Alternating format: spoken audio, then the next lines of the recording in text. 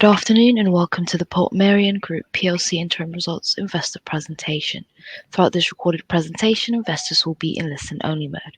Questions are encouraged and they can be submitted at any time using the Q&A tab situated on the right-hand corner of your screen. Simply type in your questions and press send.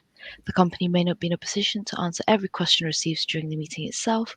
However, the company can review all questions submitted today and publish responses where it is appropriate to do so. Before we begin, I would like to submit the following poll, and I would now like to hand you over to CEO Mike Raybould. Good afternoon to you. Good afternoon, everybody, and thank you for joining us. This is PORTMEIRION Group's 2024 interim results presentation. Like I said, you have me, Mike Raybould, Chief Executive, and my colleague Dave Sproston, our Group Finance Director. We're looking forward to talking to you today to run through our latest half-year results. And as I said, there's opportunity at the end if you have a question and log it, and we'll get to as many of those questions as we can. I'm going to start straight away with our headlines. There are a number of slides of background on the company, which I won't go through this morning, but if you haven't listened to one of our presentations before, you can find those afterwards when we post this slide deck on our investor website. So starting with an overview for our first half. Sales, as we reported in July, were down 17%. And this was particularly due to one market and a particular issue in South Korea where we had destocking going on with our key distributors. I'm going to deal and talk about a number of our key markets in detail later on, and that will include the South Korean market. If we exclude that market, we were pleased that our sales everywhere else were up about 5% on a constant currency basis. That included a 5% growth in our US market, our biggest sales market in the group, which also contributed a 50 points improvement in gross margin. As a result of that year-on-year sales reduction in South Korea and the impact that it had on our factory utilization in the first half, we reported a loss. And Dave will come and talk to our financials on the next slide. Looking forward, the cost reduction program that we initiated in the first quarter is on track to deliver around 10% or £4 million of benefit of lower overheads across the year. Our order book going into Christmas in our main US and UK markets and in our wax local home fragrance business are ahead of last year, which is encouraging. And so we expect and forecast our profits to currently be in line with consensus market expectations, which is 4.5 million PBT compared to 3 million in the comparative period last year. Our interim dividend expectations for the year are 7.25p against 5.5p last year, and Dave will talk in more detail about that shortly.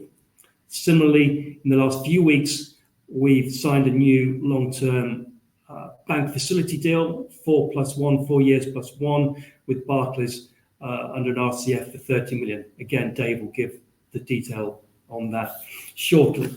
So that's an overview. I'm now going to hand over to Dave, who's going to review our financial and balance sheet performance, and then I'll come back and talk in more detail about the performance of our key markets and brands and where we're going forward. Okay, thank you, Mike. In terms of sales for the first half of the year, sales were 36.6 million, which was a 17% decline from the first half of 2023. And as Mike has indicated, that was really driven by South Korea. Outside of South Korea, constant currency sales were up 5%. The first half result in terms of profitability was a 2 million loss, driven by the drop-through impact of those sales reduction. In terms of interim dividend, it's 1.5p for the interim, although that is really due to a rebalancing of first half, second half dividends. So we've maintained our full year dividend guidance or market guidance of 7.25 pence. In terms of inventory, that continues to be maintained below 2023 levels. And at the half year, net debt was 1.6 million better than the half year of 2023.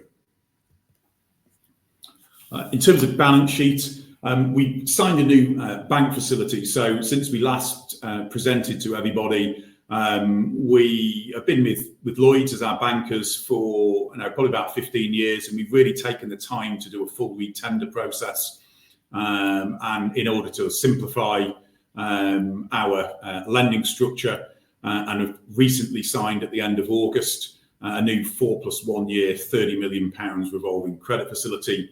That gives us significant facility headroom at peak time of year, which largely is at the end of the third quarter going into the start of the fourth quarter due to working capital. However, we are demonstrating our medium-term aim to reduce net debt, and that reduced by 10% over the first half of 24 versus the first half of 23. We have a 5% ongoing decrease in inventory as part of our inventory reduction program. And then finally, on balance sheet, in terms of pension scheme, we continue to maintain a small surplus in the scheme, and there are no ongoing employer contributions. The final slide on financials. We cover some of these markets in a bit more detail shortly, but in terms of the headlines, the US, our largest market, was up 5% in constant currency despite difficult market economics. The UK was up 11%, driven by improving wax lyrical top line growth around new listing wins in the grocery channel. South Korea was down 61%, although that represents a 10% reduction in the market. The rest is due to destocking in the mass channel. And then finally, in rest of world markets, slightly behind for the first half, which is down to timing, but we expect to see full year growth in rest of world markets for the full year, fourth consecutive year. Thank you, Dave. So moving on to our brand's performance, you'll know if you've joined these presentations over the last couple of years that we have a particular focus on growing our Spode brand, and you can see a chart on the bottom left of this page that shows the progress that we've been making in achieving that growth. I'm pleased to say in this 6-month period, our Spode brand is up again, and this is due to a number of factors.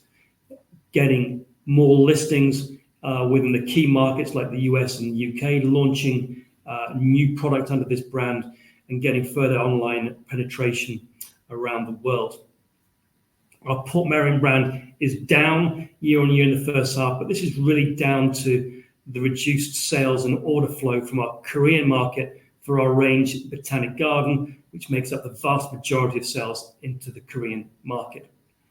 Our Nambe brand sales were down in the half. And that was particularly due to the weaker economy in the US, where our Nambe brand is particularly dominant, and the impact on premium department stores that have seen reduced footfall.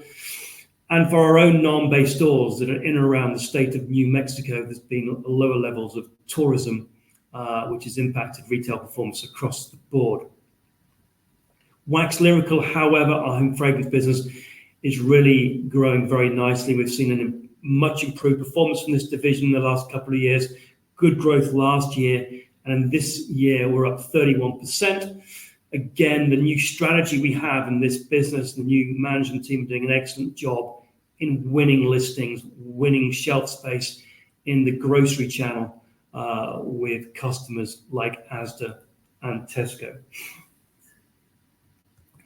I'm now going to look at some of our markets in more detail. I want to start with the US. It's our single biggest sales market. And whilst we've made good progress since 2019, 2020 in growing this market, in the last 18 months, clearly, like everywhere in the world, the consumer spending has been under pressure, and that has impacted our brands as with everybody else. We did grow 5% in the first half at constant currency. We did see an improvement again in gross margin points, which is an important driver as we look to increase our operating margin over the next few years. As I said, our Nambe brand has been hit the hardest during the consumer recession, particularly because of its status within premium department stores and the decline in tourism footfall in some of the key places where we have stores. We've continued to navigate a lot of challenge in terms of supply chains moving products from Asia, from Asian factories into the US continues to be difficult in terms of the longer routes around Africa, disruptions in travel and lead times, and the much higher container rates again this year. However, I'm pleased to say that we've managed to get product in the right place for Christmas, albeit there have been challenges in the last 2 or 3 months. As we look forward, we have strong advanced order books. We typically get order books for Christmas that represent around 2/3 of our key Christmas business, and those advanced orders are up on last year, which is encouraging.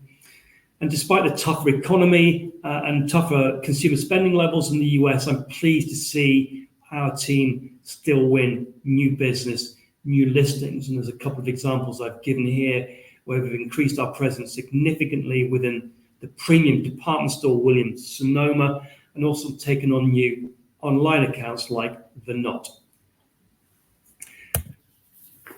Moving on to South Korea, it's our third biggest market. And as we said at the outset in the summary slide, this was the market where we saw the key challenges in the first half of the year. Our sales year on year were down 61%. Our analysis tells us that a roughly 10% of that 60% downturn is about the market. So again, the general recession within Asia and slowdown in consumer spending as they, like everyone, cope with higher interest rates, higher cost of living, and so on. The remaining 50% is about overstocks, particularly within the mass channel, that are taking time to subside. If you've been to one of our presentations before, you may remember that we service the Korean market through a series of distributors, and therefore there are more players, if you like, more customers in the chain before the end consumer. Those customers and distributors restocked when the markets reopened after COVID and took a significant amount of stock in, and then that butted up into a real downturn in consumer spending about a half-year point last year. And so that restocking has left our customers a lot of stock, which is taking longer to sell through. And that has resulted in slower order flow in the first half of the year. What are we doing to stabilize that order flow? Well, from the time we've spent out in the market, speaking to our customers in the last couple of months, we're pleased and reassured to see that those levels of overstock have reduced quite nicely since January. There's further to go. I think we will need to see where we are at the end of this year, but we've made good progress in the first 6 or 7 months of the year. The second thing we're doing is accelerating some short-term product development to help customers in Korea, giving them something new and fresh to get in front of the consumer. And we're also significantly expanding the number of ranges that we have on the online platform Coupang, and that will include this Christmas having our Spoke Christmas tree range up for consumers to shop from. In terms of the more medium term, we're optimistic that this market will bounce back to kind of historic levels of order flow. And you can see on the top right-hand chart the sort of history we have of trading in the South Korean market. Why do we think that is the case? Well, firstly, our Botanic Garden range has a highly successful and long-term market position within Korea. Our online platform, Coupang, their sales out to the end consumer of our products are actually up year on year, up 37%. So that shows there's still demand in the market from the end consumer. And indeed, our rankings in terms of brand search online in platforms like Coupang have actually grown. And you can see from the pie chart on the right side, the dominant position that we have in terms of consumers searching for our brands, our products within online space. So with that in mind, we expect to see the second half sales in Korea to be back broadly in line with the second half last year. And then hopefully this market will start to recover through 2025. Turning now to Wax Lyrical, our home fragrance business. As I said in our headlines, we're really pleased to see the improving performance and the follow through on the new strategy from this part of our business. The sales in the first half are up nearly a third, and the new ranges that we created around about a year ago that were at a good price point, an aggressive price point that we could target the grocery channel, have been very successful. We got new listings in Asda this time last year. That product has continued to perform well within Asda stores in the last 12 months and is still on sale. And it's gone, in addition, in the last few months into Tesco and into the Waitrose chain of stores as well. So we're making good progress getting new listing with some of these price fighting ranges that we created around about a year ago. In other parts of our home fragrance business, our Christmas lines have been extended, renewed, refreshed, and we're seeing the benefit in terms of improved advance orders for Christmas this year. That, together with the well-performing grocery range, gives us some optimism that the second half growth will continue as well. In long-standing accounts such as Dunelm, we've mixed up the ranges that we have in store and are seeing improved sell-through rates. So all in all, we're pleased with the performance of this division in the last 6 months. We expect to return back to profitability for this division for the year, full year 2024, and I think we have good momentum going forward into 2025. And finally, in this section, I wanted to talk about our rest of world sales markets. We've said for the last couple of years that developing our rest of world sales markets is a key part of our long-term ambition to grow our business. And I've put some examples together here on slide 17 of the work we're doing in Asia and in particular within Malaysia and the progress we're making. Malaysia, as an example, has developed very quickly in the last couple of years from almost nothing to around about 2 million sales a year. We have 2 new distributor partnerships, and those partners are doing great things with our brands, with our products in the Malaysian market. You can see the different routes to market here on this slide. On the left-hand side, we now have some PORTMEIRION branded stores across Malaysia. In the middle, we are listed within Parksons, a key department store chain across Malaysia. And then finally, online sales are a key contributor. Around 40% of the sales in this market are now coming from the TikTok platform.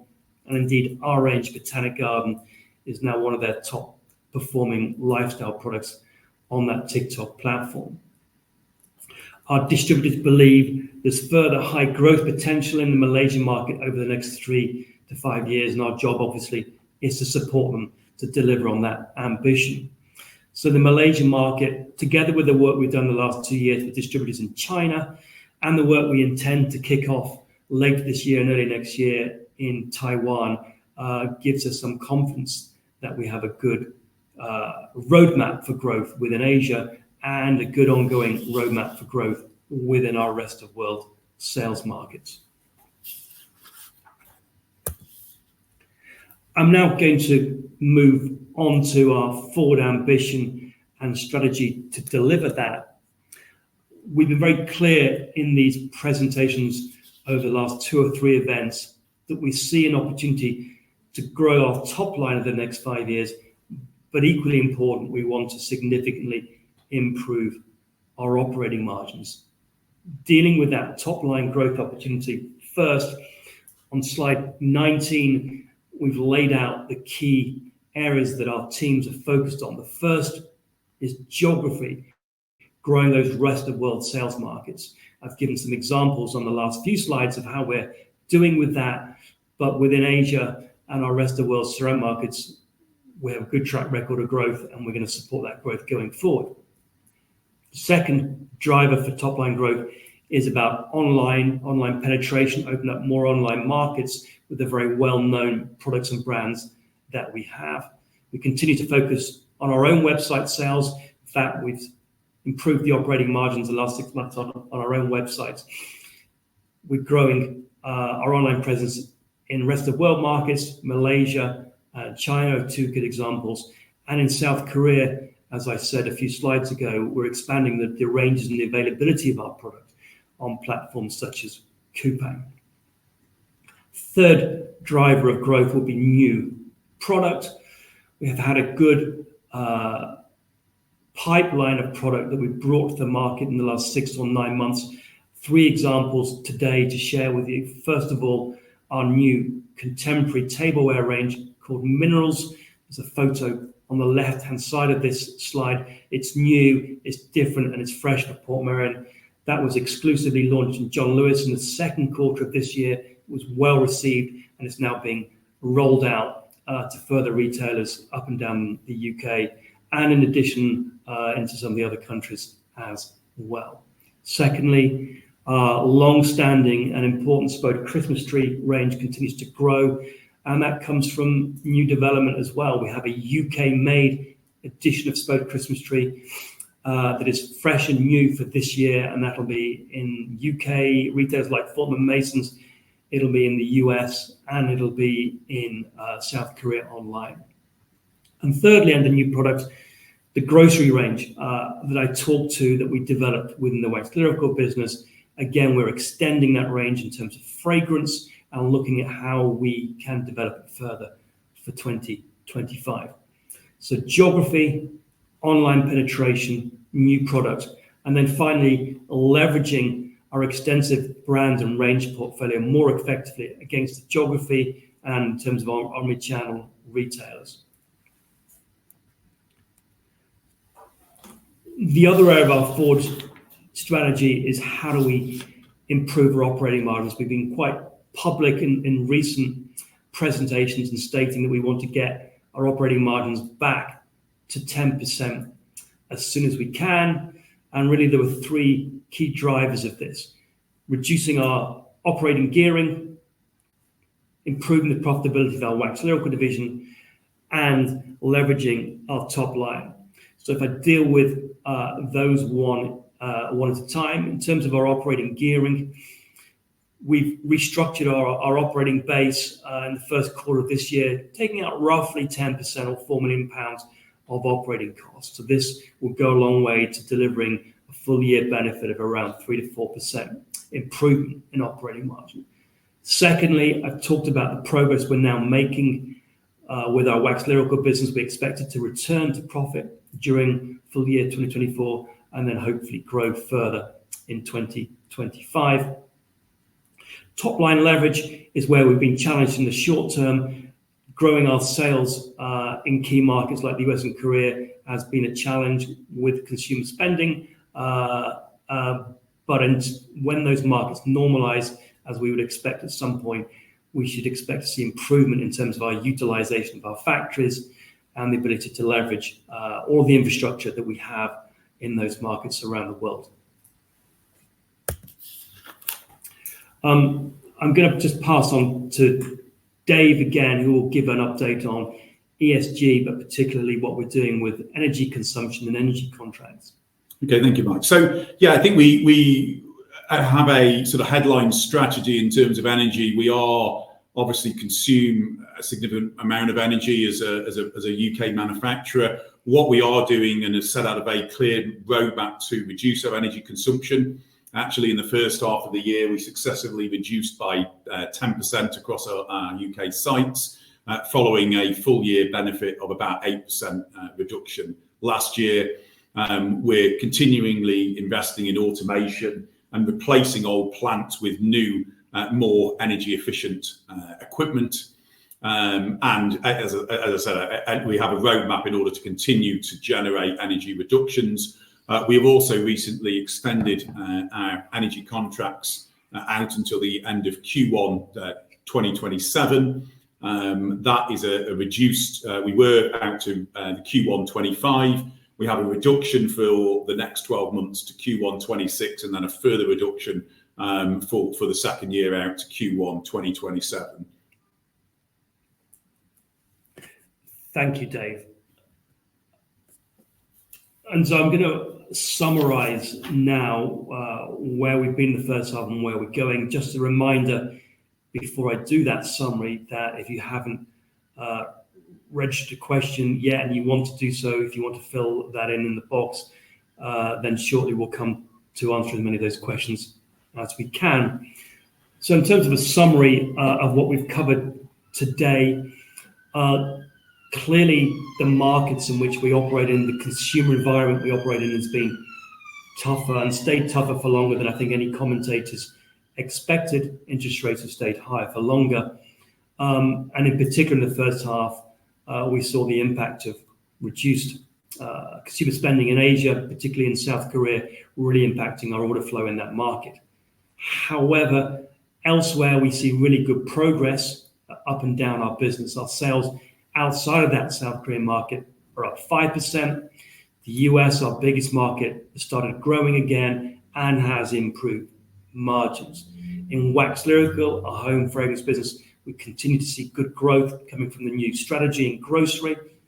As Dave said, we've reduced our inventory again. We've reduced our net debt again. We've been proactive in terms of engineering a leaner cost base, and that will deliver significant benefit in terms of overhead savings this year. And we've signed a new 4-year bank facility with an RCF and competitive rates. So a lot of work has gone on. As we look forward in terms of outlook, we're encouraged by the Christmas order books that we have, the advance orders we take for Christmas in the US, in the UK, and also in wax lyrical, our home fragrance business. With the work we're doing in Korea, we expect the second half performance in that market to be back broadly in line with 2023 prior year. And so our market expectations for full year 2024 remain at 4.5 million versus 3 million PBT last year. As a management team, we're excited about our medium and long-term prospects for growing those operating margins and growing the top line again. That's us. We thank you for dialing in today. I hope that's been a useful run through, and we look forward to answering any questions that you have. That's great, Mike. David, thank you very much indeed for your presentation. Ladies and gentlemen, please do continue to submit your questions using the Q&A tab situated in the top right corner of your screen. While the company take a few moments to review those questions submitted today, I would like to remind you that a recording of this presentation, along with a copy of the slides and the published Q&A, can be accessed via your investor dashboard. Mike, David, as you can see, we have received a number of pre-submitted and live questions for today's presentation. And if I may now hand back to you and kindly ask you to read out the questions where appropriate to do so, and I'll pick up from you both at the end. Thank you very much. Okay. Thank you for your questions. We have a lot of questions, and we're going to try and pick up as many of those as we can. Some will overlap, and we'll try and make sure we only answer once. So the first question is around revenue stream and stock building in certain markets. How do we work with customers so order flow is smoother and less stop-start? I think where we find that difficult is where we don't have our own sales infrastructure within a market. So within the US and UK, we have substantial sales and marketing teams, and we're very close to end customers and retailers. In markets like South Korea, we work through distributors. They're experts in their market, but it means we're one step removed. I think what we can do is try and get better management information on stock levels in the market. Indeed, that's what we've been working on the last 2-3 months in Korea. The next question is around how do we get growth or better growth within the Portmeirion brand and Nombre, and what are the solutions for that? Well, to a degree, all of our brands have been impacted by the much tougher macroeconomic environment and the reduced consumer spending. Our products are at a certain place in the market, which is mid to premium mid, and those parts of the market, there's no doubt, have been impacted. That said, the way that we can win in tough markets is to take on new listings, new accounts. I gave some examples of the work that we're doing on that front in the US, to get in front of more consumers through online, and by launching fresh and new product that gets customers and consumers excited and tied into our brands.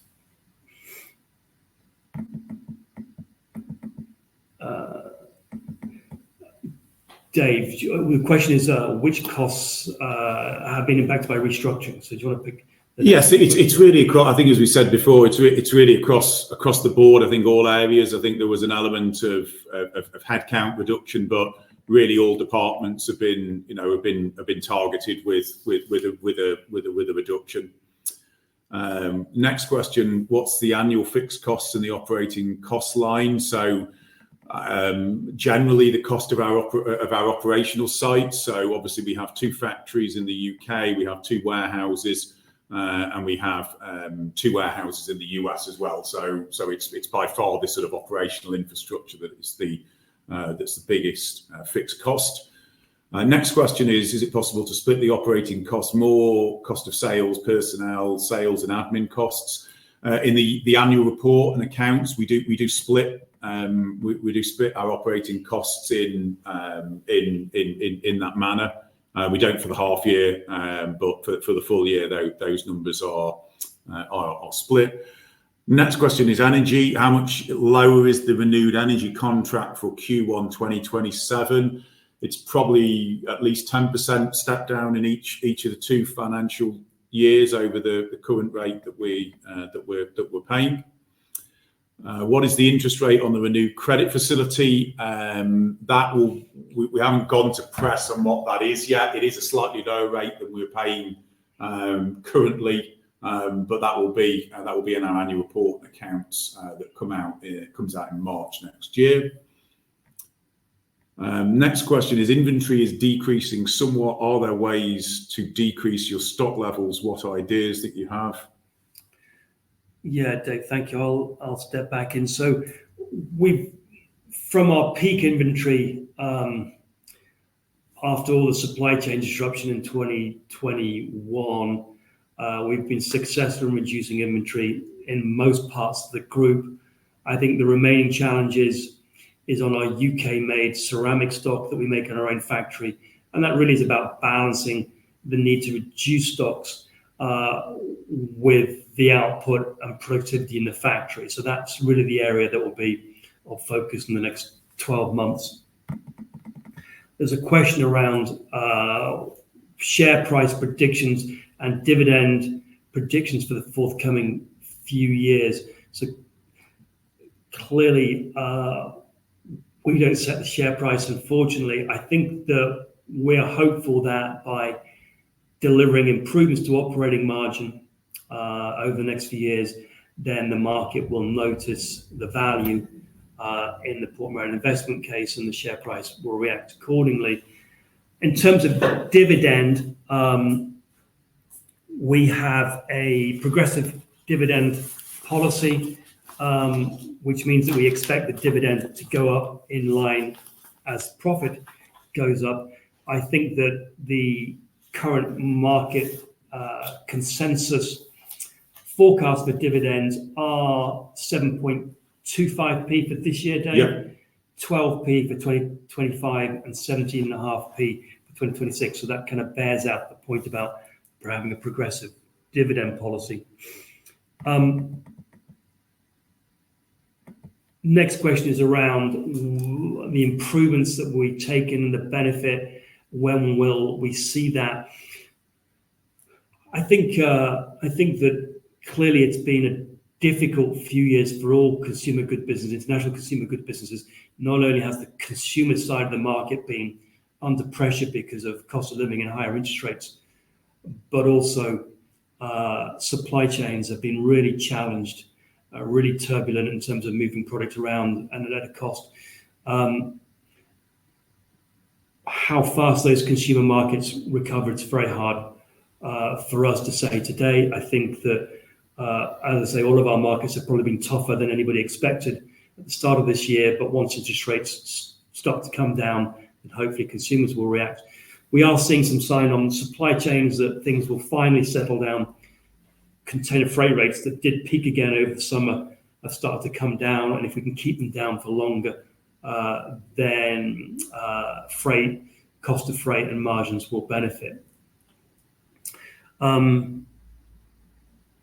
What is our expectations for Wax Lyrical?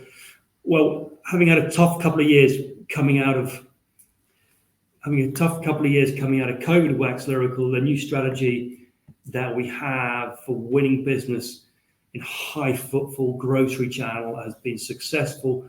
We think we have some good momentum now with that strategy. We're still winning new listings. And so our expectation is for growth over the next couple of years in Wax Lyrical, and that should feed through to improved levels of profitability as well. The next question is, what is the edge that we have in the marketplace? I think that's our point of difference. And so really, it starts with our brands. Our brands are well known and have been around in some cases for hundreds of years. That gives a retail buyer confidence. They know our products perform, and the consumer is aware of our brand, and in many cases collects our product or ranges. So I think it starts with our brand. Our quality is also a key point of difference. We make high quality products. And then thirdly, I would highlight that we have a wide distribution around the world. We're not focused on one country. We're well known around the world, and we have some significant infrastructure, particularly in the US and the UK, to service those markets. Next question is our confidence levels for full year market expectations in the second half weighting. As I said in the body of the presentation, we look at a number of things. We look at our order books and the advanced order books we have for Christmas, and how does that compare to previous years? And obviously we talk every week with the key retail groups, whether it be in the Macy's and Bloomingdale's and Amazon's, or in the UK, the John Lewis, and our distributors around the world. And so we put those two bits of information together, which segues into the next question, which is around how strong our trading visibility is for the South Korean market. We don't have a large sales team in South Korea. We work through distributors. So to some degree, we are dependent upon those distributors for their forecasting and their information flow.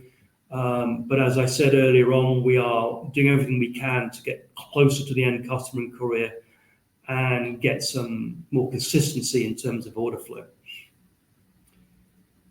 Next question is, what annual revenue could our factories deal with? So I think this is about capacity. We have a good level of capacity or free capacity in our ceramic factory in Stoke-on-Trent. We could probably increase production by 50% from current levels. In Wax Lyrical, our factory in Cumbria, we've actually increased production by about 30% this year already, which is fantastic. And with some extra shifts and labor, we could probably at least add another 30%. The next question is, how much of our sales are driven by property sales, by which I mean, I think they mean house sales. That's a very good question, and I really have an answer for that. I think we are, as I said, highly diversified in terms of the markets we're in and the channels we're in, far more than we were 3, 4, 5 years ago. We're far less dependent upon premium department stores, and we're not dependent upon just the UK or just the US. We sell to around 70 countries. In terms of house sales, I don't know what the correlation is, but it's a good question. Maybe we'll go away and look into that. There's a question now about AI and whether there is a role for AI in designing new products. Maybe that's one I should throw at my design team. We have a great design team around the world, a global design team, who are really fantastic at what they do. And so I think that human touch will remain very important for us. There are, however, ways where AI can simplify our lives. Increasingly on online platforms, AI is being used to write copy. It's also being used for the production of lifestyle photography of your products, so putting your products in real life situations. And I'm sure there will be many more applications to come. The next question is around capital investment in our Stoke-on-Trent site, and what is our focus over the next couple of years. Dave, do you want to pick that up? Yeah, I think obviously we've been on an accelerated capital expenditure plan and particularly in terms of automation over the last couple of years. I think I would say for the next 12 to 18 months, we've just got a new dipping line which is just coming on stream now. So I think really it is getting the benefits of the automation that's put in place. I think probably the next 12 to 18 months is more sort of maintenance and maintaining what we've got. Possibly some opportunities from an energy perspective in terms of capital investment. Thank you, Dave. Next question: share buybacks. What's our view on share buybacks? I don't think we've ever been asked that before. We don't have any plans on share buybacks. I think share buybacks are really for companies that have more cash and don't have a way of investing it back in the business. I don't think that's a position we're in. We can see the benefits of the cash we're investing in the business right now. Where do we see inventory and net debt is the next question. What Dave has already said, I think that our expectations and our ambitions are to continue to reduce inventory and net debt this year, somewhere between 5 and 10%. Yep. Equally, David, I think, has answered the question about interest rates on the new borrowing. Yep. It's lower than the previous facility, and we'll publish that in the next annual report.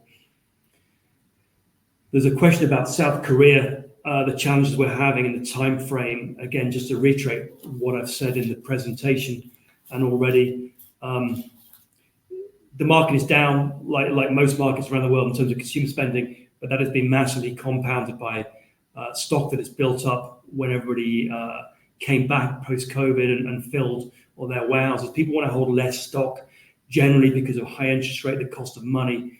And then what are we doing to fix it and how long is it going to take? You know, as I said, I think we're going to see a much more like-for-like second half, and then hopefully a gradual improvement in 2025 as those stocks have hopefully reduced and gone back to normal levels. There's a question around whether we can offer product discounts to private shareholders. I don't think we've been asked that before, Dave. If you come to one of our factory stores, then everybody can get a very good factory store price. But outside of that, we always welcome shareholders to come and visit us.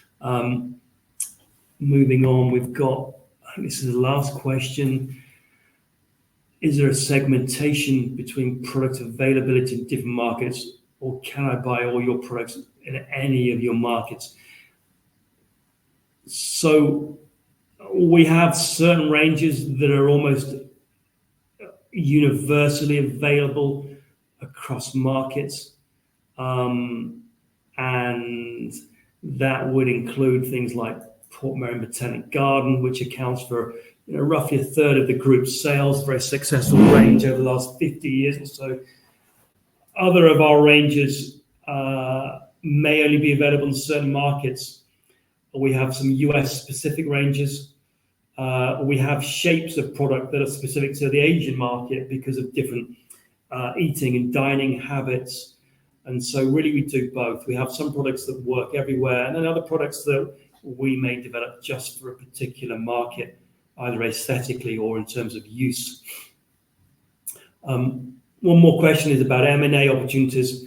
I think we have a great deal of work and opportunity with the brands that we have. But if anything came across our desks that we thought accelerated our strategy, then obviously we would investigate it. Okay, my thanks to everybody that posted a question. I think we've got to deal with pretty much all of the questions, and I hope that the answers were informative. And just to say thank you again for everybody that's dialed in today. That's great, Mike. David, I believe you have addressed all those questions from investors today.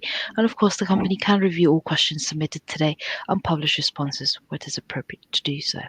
But before redirecting investors to provide you with their feedback, which I know is particularly important to the company, Mike, could I please ask you for a few closing comments? Thank you.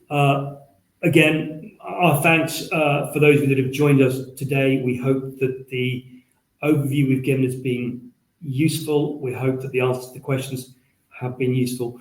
As a management team, we're excited about the opportunities that we see the business has, and we're looking forward to making progress on those. We look forward to doing another one of these presentations at the end of the year to talk about our full year results. And until then, we look forward to seeing you then. Okay, many thanks.